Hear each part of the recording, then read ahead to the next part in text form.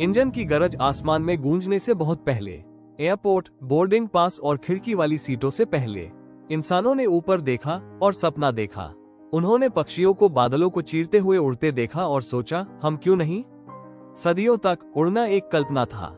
राजाओं ने इसकी कल्पना की, आविष्कारकों ने इसके चित्र बनाए, बच्चों ने इसके सपने देखे। 15वीं शताब्दी में लियोनार्डो दा विंची नामक एक प्रतिभाशाली मस्तिष्क ने अपनी नोटबुक्स को अजीब उड़ने वाली मशीनों से भर दिया। फड़फड़ाते पंखों वाले ऑर्निथॉप्टर, पैराशूट, हेलीकॉप्टर जैसे डिजाइन। लेकिन उनके विचार अपने समय से बहुत आगे थे।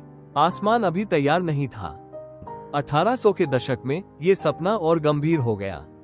एक जर्मन इंजीनियर ओटो लिलियनथल ने ग्लाइडर बनाए।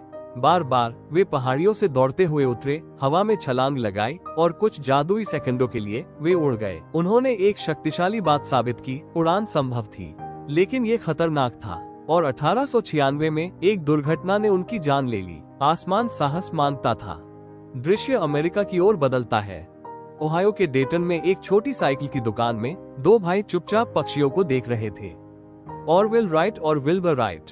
वे अमीर नहीं थे, वे प्रसिद्ध वैज्ञानिक नहीं थे, वे बस एक बात पर विश्वास करते थे, अगर पक्षी हवा में संतुलन बना सकते हैं तो हम भी बना सकते हैं। उन्होंने पंखों का अध्ययन किया, उन्होंने ग्लाइडर का परीक्षण किया, वे असफल हुए, उन्होंने फिर से बनाया और फिर 17 दिसंबर 1903 किटी हॉक नाम की एक हवाओं से भरी जगह पर राइट फ्लायर नाम की एक नाजुक लकड़ी की मशीन जमीन से उठी, सिर्फ 12 सेकंड के लिए, 120 फीट। ये बहुत बड़ा नहीं लगता, लेकिन उन 12 सेकंडों में मानवता ने धरती को छोड़ दिया। प्रथम विश्व युद्ध ने तकनीक को आगे बढ़ाया। विमान तेज हो गए, मजबूत और घातक, लेकिन वे देशों के बीच पुल भी बन गए। 1927 में चार्ल्स लिंडबर्ग नामक एक युवा पायलट ने अकेले अटलांटिक महासागर को पार किया। व्यावसायिक उड़ानें शुरू हुई, यात्री सूट पहनकर सफर करने लगे। हवाई यात्रा आधुनिक जीवन का प्रतीक बन गई। फिर जेट इंजन आए। बोइंग 707 ने दुनिया को छोटा कर दिया, हफ्तों की जगह घंटों ने ले ली।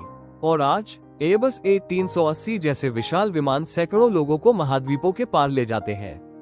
पायलट उपग्रहों की मदद से दिशा तय करते हैं। उड़ानें रातों रात महासागरों को पार कर जाती हैं। जो कभी एक सपना था वो अब सामान्य बात है।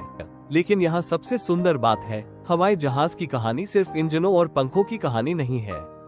ये कल्पना की कहानी है, यह असफलता की कहानी है, ये साहस की कहानी है, यह असंभव को देखकर यह कहने की कहानी है, क्यों नहीं।